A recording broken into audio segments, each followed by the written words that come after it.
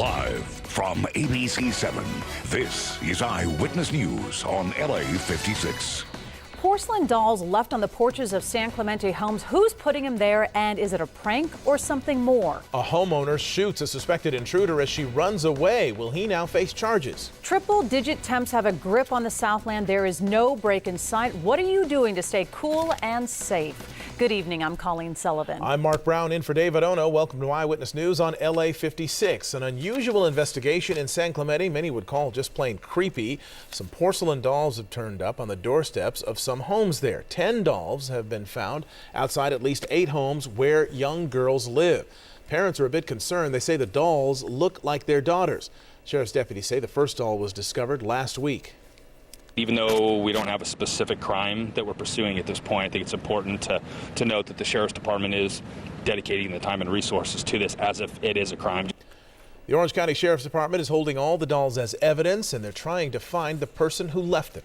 Investigators are looking for at least 3 suspects that could be responsible for killing a grad student near USC. 24-year-old was attacked near 29th Street and Orchard Avenue shortly before 1 a.m. this morning. Police say the Chinese international student was walking home from a study group when he was hit by an object, suffering blunt force injuries. He was apparently able to return to his apartment but was later found dead inside. The victim was confronted and assaulted by at least 3 individuals. We don't have descriptions on those individuals. We do have a possible dark-colored vehicle that may or may not be associated with this crime and those individuals. And the victim, 24-year-old Jinran Ji, was a USC grad student. Investigators are urging the public to come forward with any information. And in 2012, 2 USC grad students, also from China, were murdered while sitting in their car near the campus in a botched robbery attempt. One suspect in that case is serving a life sentence without parole. The other still awaiting trial. 2 women have been convicted in a deadly beating outside a nightclub, not convicted of murder. Candace Brito and Vanessa Zavala were found guilty of voluntary manslaughter and assault in the beating death of 23-year-old Kim Pham outside a Santa Ana club in January. Pham died after being taken off life support days later. Brito and Zavala had been charged with murder. The jury convicted them on the lesser charges instead. Prosecutors argued that cell phone video and witness accounts showed that Brito and Zavala kicked Pham in the head during the fight. The defense argued prosecutors failed to prove what caused Pham's death. It was not an unreasonable verdict under the totality of the circumstances. Voluntary manslaughter, it is a homicide. They were held accountable for their conduct. We'd asked for murder. The defense had asked for an acquittal, and they found something in between. What's just out of all this? I still maintain there were a holy host of morons on that sidewalk that night that stood back and chose to say stupid things, to videotape, instead of getting your toes in the water and breaking up a fight between a 5'1" girl. I mean, it's like the battle of the Lilliputians, let's be honest, and it could have been avoided. Sentencing for the 2 women has been set for September 12th. An investigation is underway into the shooting that killed an alleged pregnant intruder in Long Beach. It happened Tuesday night. The homeowner, 80-year-old Thomas Greer, tells police he shot and killed 26-year-old Andrea Miller when she and an accomplice burglarized his house. Greer says the woman told him not to shoot her and that she was pregnant. Tonight, investigators are looking into the allegations and whether or not the 80-year-old will face charges. All of a sudden, I hear these high-pitched gunshots, and, I hear some screaming after that, and I'm like, oh my gosh. They beat him with fists, I believe, and then throw him, body slam him basically onto the floor. He sustains a broken collarbone, cuts and bruises as a result of that beating. The alleged accomplice, 26-year-old Gus Adams, faces burglary and a murder charge since Miller's death happened during his alleged home invasion. Tonight, a Murrieta man is behind bars accused of killing his police officer wife and burning their home to try to cover up the crime. Eyewitness News Inland Empire Bureau Chief Rob McMillan has the latest on the investigation from Murrieta. That is absolutely crazy. I can't believe somebody would do something like that. And not something Felicia Kaplan was expecting as she was helping her cousin unload the moving van just down the street. We're just moving in today. Welcome to the neighborhood. Last night around 6:15, Murrieta police say the owner of this home, 27-year-old Freddie Perez Rodas, called 911 saying his house was on fire and his wife was trapped inside.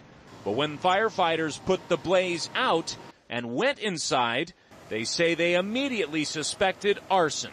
At that point, his wife was in fact not inside the residence. We began looking for her, and it became somewhat of an arson/missing person investigation from that point forward. Turns out his wife, 25-year-old Laura Perez, is an officer with the Escondido Police Department. This is her picture from the department's Facebook page. After a while, detectives say her husband's story fell apart. We did speak to him at the station throughout the evening, and early this morning got a confession from him, and he essentially admitted to shooting his wife 3 times in the chest and removing her body from the home and taking it out to a storage locker in Moreno Valley. Police say they recovered her body at All Size Storage in Moreno Valley, and at 8 o'clock this morning, Perez Rodas was arrested and thrown in jail. The Escondido Police Department says, quote, "The men and women of the Escondido police family and all City of Escondido employees are shocked by the tragic loss of one of our own. We ask for time to grieve and take care of Laura's family." Rob McMillan, ABC7 Eyewitness News. Meanwhile, Perez Rodas faces several charges, including arson and murder. Their 4-year-old daughter is staying with family. A Southland summer scorcher today. Temperatures soared to triple digits in many parts of Southern California. Palmdale hit temps near 110 this afternoon. It was a pretty similar scene in Woodland Hills. People there got smart. They avoided the park. They hit the pool instead. The beach is also warm. Temperatures in the 80s. Remember, drink plenty of water if you're going to be outdoors. Now, how much longer will the heat last? For that, we're going to go to meteorologist Jonathan Novak for the answer. Jonathan? Colleen, 106 is not, is that hot?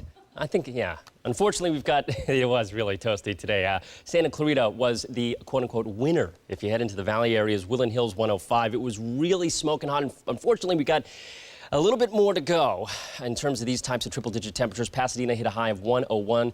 Man, it is going to be sizzling tomorrow again. LAX is clear. At least we've got the dry conditions. If you are a fan of the beach, it is a good time to get out there. 71 at LAX, downtown 77.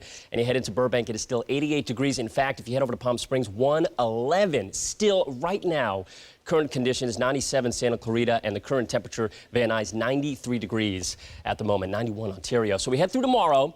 You have another day of this. It's not going to be as hot, but it will still be above average. The coast, you might get a little bit of a break. Temperatures at average or maybe a little above, but 87 noontime in downtown is well above 87, and that is a little bit cooler than it was today at that time. So we'll hopefully get a little bit of a break tomorrow, Colleen, Mark, but we'll look at the extended and see if we get a little bit cooler on in the 7-day a little bit later. We'd like that. All right, Jonathan. Thank you.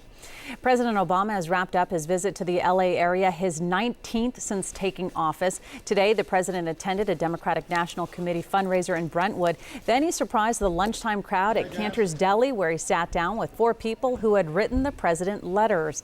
Big crowds turned out at LA Trade Technical College for his scheduled appearance. The president focused on the economy. After his trade tech speech, the president headed back to Washington, D.C. British officials are urging Hamas to agree to an immediate humanitarian ceasefire, and then Israel and the Palestinian Authority could hold talks. But Hamas still demands Israel and Egypt lift the Gaza blockade and ceasefire. It is just after 4 a.m. in Gaza City. Palestinian officials say Israeli tank shells hit a compound housing a United Nations school in the Gaza Strip today, killing at least 15 people and wounding dozens of others who were seeking shelter there. Israeli officials say they're investigating the strike, and they say rockets fired by Hamas may have landed in the area, and those rockets may be responsible for the deaths. Also, United Airlines is the first U.S. carrier to resume flights to Israel after the FAA lifted its 2-day ban over concerns Hamas rockets could hit the Ben Gurion airport. Searchers have found the wreckage from an Air Algiers jetliner that crashed in Northwest Africa. The flight from Burkina Faso to Algiers went down in Mali, this marking the 3rd major international aviation disaster in a week. Bad weather and a violent thunderstorm may have played a role in the disappearance of an Air Algiers flight from the West African country of Burkina Faso to Algeria. It lost contact with controllers and vanished from radar. The aircraft, an MD-83, was being operated by a Spanish company for Air Algiers. At least 116 people were on board, 110 passengers and a crew of 6. The jet was 50 minutes into its flight when contact was lost. Despite the rash of plane crashes in the past week, this air traveler says he isn't fazed. It obviously can influence lots of people, but I'm not much influenced by this. The Air Algiers crash is the third tragedy in the skies in 7 days. 47 people died in a Trans-Asia flight that crashed in stormy weather in Taiwan yesterday. 298 were on board Malaysia Airlines Flight 17 as it was shot down over eastern Ukraine. It makes you think twice about stuff, obviously.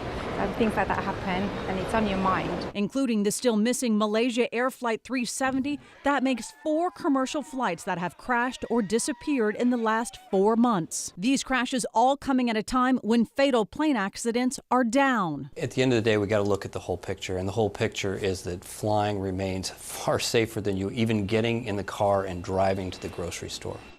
No word on what caused the plane to crash in Mali. We do know violent clashes have plagued the area for years, and a branch of al-Qaeda operates from there. The city of Bell is moving ahead with a plan to temporarily house dozens of undocumented children that have been crossing the U.S. border illegally. It was a packed house at last night's Bell City Council meeting. Most in attendance supported the Salvation Army's proposal to convert one of its warehouses into a temporary shelter for roughly 150 children who are waiting to be deported. The Salvation Army says it wants the city's support before moving forward. A patient opens fire inside a crowded hospital. 1 person is dead, 2 others wounded. Tonight, what we're learning about the gunman. Plus this. Look at the tree it fell on that guy's camper. A tornado is blamed for 2 deaths at a Virginia campground. Several others were injured. A Comic-Con cancellation who fans won't be seeing this year. I'm George Pinocchio. That's in tonight's Hollywood Wrap. Plus, a judge asked an actor to apologize. And the first trailer is here for the movie version of 50 Shades of Grey. We'll give you a preview, if you're good, next.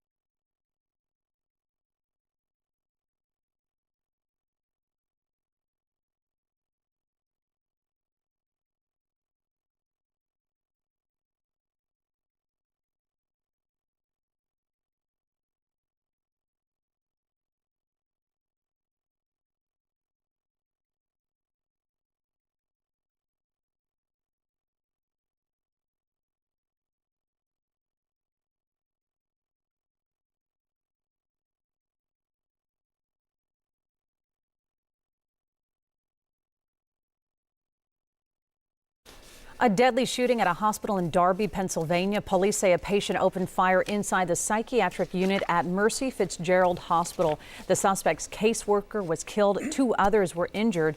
Authorities believe a doctor who had a gun shot the gunman in self-defense. That doctor suffered graze wounds and was treated and released. The gunman was critically wounded. A tornado hit a campground in Northampton County, Virginia, and killed 2 people. Police say a tree fell on 2 tents, killing a husband and wife from New Jersey. Their 13-year-old son was critically injured. More than 1,300 people were in this campground when the tornado touched down. Witnesses say there was panic and chaos as winds whipped around the ground, snapping trees and flipping trailers. Look at the tree it fell on that guy's camper. Oh my God. All those fragile structures around, there was no place to hide. Nearly 40 people were sent to the hospital. The campground remains closed except to emergency responders. A fire in South Lake Tahoe has injured 2 people and caused severe damage to a lodge. Officials say 2 people were injured when they jumped from a second-story balcony at the Deerfield Lodge while trying to escape the flames. The extent of their injuries is unknown tonight. Investigators are not ruling out arson as the cause. 35 people have been displaced. The fire caused more than $1 million in damages. All right, Jonathan Novak is here. Man, we know what the weather story is today. It is hot. Is it too hot for you? Yes, it is. It is. Okay, if I can cool it down a little bit.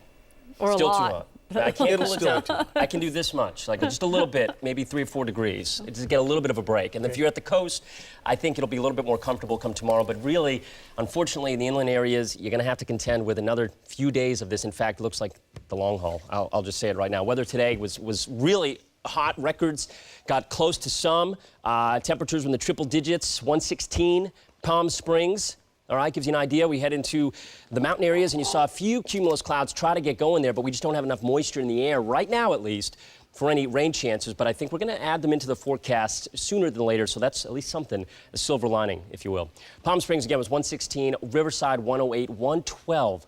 Lake Elsinore, even Laguna Beach getting into the 80s, 82, and Lake Arrowhead, 90. I mean, it was just unbearably hot. Unfortunately, tomorrow it'll still be hot, but at least it won't be as hot. So that's good news. 93 right now in Van Nuys still. Long Beach still 79, just dropped below that 80-degree mark with some winds out of the west-northwest, 10 miles an hour. 94 in Hemet. We still have that heat advisory going through tomorrow. All right, for those areas around Hemet, Riverside. Temecula's at 87, 93, again in Van Nuys, and 97 Santa Clarita, and in Victorville, 77. Lucky 7's up there in Big Bear. It's still very warm for you as well. And here's that heat advisory again for the Riverside County Mountains, and it goes through tomorrow night. We're looking for that toasty stuff in the IE through tomorrow night. All right, so high pressure is our weather maker. Now, the good news is it's going to slide a little bit to the east, give us a little bit of a break as we go through tomorrow and into the weekend. On top of that, you see the moisture here on the west side of that high getting pushed just to the east of our area. We're going to hope to get enough of that, just enough, that we can squeeze out a shower or two over the mountain areas. The chance is pretty low, but it's in there at least, and we'll take it for a cooling storm over the mountains that might even slide over into the high desert come Saturday and Sunday. But for tonight, we're going to keep it dry, clear, warm, 70 in the valleys for overnight lows, 87 in the low desert. And the high desert's going to be in the 70s tomorrow morning. So the highs tomorrow, we'll look at this, 102 in Palmdale, 101 in Lancaster. Yeah, it's a bit of a break. Yesterday, we were looking at triple digits for a lot of us, but tomorrow, we're going to keep it confined to the high desert and portions of the IE up toward Palm Springs as well. In the low desert there in 76, staying a point, so still warm at the coast too. But we're not going to see as many 80s tomorrow at the coast. So that's something to at least hang our hat on. 7-day forecast, LA Metro and Orange County. Powered up by AccuWeather tomorrow, 89. And then a little cooler, guys. Mark, Colleen, I told you a little cooler Saturday, a little cooler even still on Sunday, 85. All right, we can handle that. That's about average. And then we warm back up again, though. Next week, 87 to 90 degrees for the long haul. So the lesson here, hot stuff throughout, no huge changes. That's going to drastically cool things down one way or another. Valleys, i.e. 100 tomorrow. We're down to 96 by Sunday, and then back up toward 100 Monday and Tuesday. So Sunday is the quote-unquote coolest day of the forecast. Today was the hottest, and the mountain area is looking for a few showers to hopefully cool things down for the weekend. A 30% chance of that, in fact, on Sunday. So that's not bad. And then 80 on Monday, Tuesday, and Wednesday. Above average, the high desert, triple digits throughout, right between 100 and 103, and a slim chance on Sunday for one of those storms to head over your way and cool things down for the end of the weekend. We'll have another look at the weather coming up in a few minutes. Back to you guys at the desk. All right, Jonathan, thank you. And talk about steamy in tonight's Hollywood Wrap, a look at the 50 Shades of Grey movie. Oh, I heard that book was kind of popular. Plus, a judge thinks an actor should apologize for a wrongdoing. First, though, another celebrity legal story. Here's George Pinocchio with the details. George. Okay, thanks a lot. Here we go. Lawyers are trying to resolve the case involving the actor Shia LaBeouf and his arrest at a Broadway theater. LaBeouf showed up for court today in Manhattan. He was arrested last month for disorderly conduct, harassment, harassment and criminal trespass after he allegedly disrupted a performance of Cabaret. His lawyer and an assistant DA are trying to work out a plea deal, so the judge in the case is giving them some more time to do that. LaBeouf is due back in court September 10th. And a few blocks away in another courtroom, Alec Baldwin. He was accused of becoming belligerent with police who said they stopped him in May for riding his bike the wrong way down a one-way street. The judge told Baldwin, and I quote, "Looks like you have a short fuse." Rather than pay a fine, the judge has asked Baldwin to apologize for his actions. If he stays out of trouble for 6 months, it'll be case dismissed. It's a San Diego tradition, Comic-Con, now underway for the 45th year.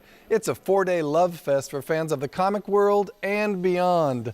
Fans get to see their favorite heroes, check out exhibits, get movie and TV previews, see stars, buy stuff, and enjoy the company of fellow Comic-Conners. More than 100,000 people, probably 130,000, will spend time at Comic-Con this year. I personally covered it when 3,000 people showed up and when it was actually about comic books. Someone who won't be at Comic-Con this year is comic book legend Stan Lee. The 91-year-old co-creator of Spider-Man, the Avengers, and the X-Men has canceled his appearances. The Hollywood Reporter says he had to bow out because he's got laryngitis. Lee has rarely missed Comic-Con, and he's been attending since its early days, back when he was editor-in-chief at Marvel Comics. For fans of 50 Shades of Grey, the trailer for the film version is now out. Here's a little look. Do you have any interests outside of work? What about you? I'd like to know more about you. There's really not much to know about me. Look at me. I am. Oh, you know it gets a lot more intimate than that. The story of the student and the billionaire who have secrets and desires stars Dakota Johnson and Jamie Dornan. It'll be in theaters next Valentine's Day. Oh, that's going to be interesting. It's either going to be really good or get... I don't know. Yep. A lot of people, I'm sure, will go at least the opening weekend. Oh, I think it's going to be a huge hit, for sure. Thank you, George. President Obama surprises diners at a popular LA deli. What customers are saying about the media blitz. Plus, a lotto winner makes her jackpot prize a family affair. She's sharing her millions with her 16 brothers and sisters. And a man mistakenly shot at during the Christopher Dorner manhunt gets a cash settlement.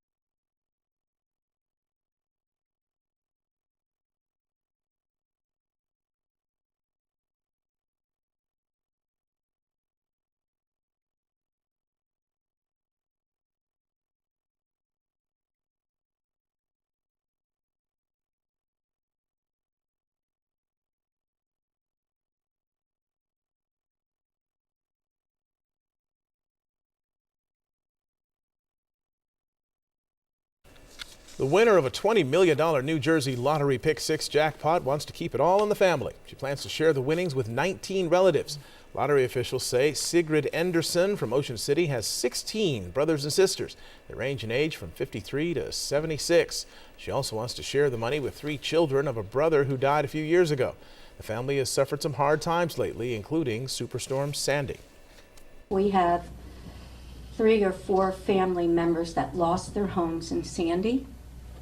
We have a family member who lost his life. He's dedicated state worker and father. And it couldn't come at a better time. The family plans to take the lump sum payment of $14 million and put the money to good use. Well, that's great. Well, it stood vacant for nearly a decade and one of the most desirable pieces of real estate in the country, but now the Robinsons May in Beverly Hills is just a memory. This is what's left of the iconic landmark on Wilshire Boulevard. More than 62 years after the store first welcomed shoppers, the building is finally being demolished. It is a bittersweet moment for locals who remember the once glamorous department store. Coming up here, tens of thousands of Orange County homes without power during this heat wave tonight. We'll have the breaking details up next. Plus, flights to Israel resumed today, but there's been more violence, including explosions near a United Nations school. Plus this. The process of motorcycle drivers splitting through lanes in traffic is legal in California. So why has the CHP taken away all the safety guidelines? I'm Alex Michelson. Coming up, we'll hear from some frustrated bikers.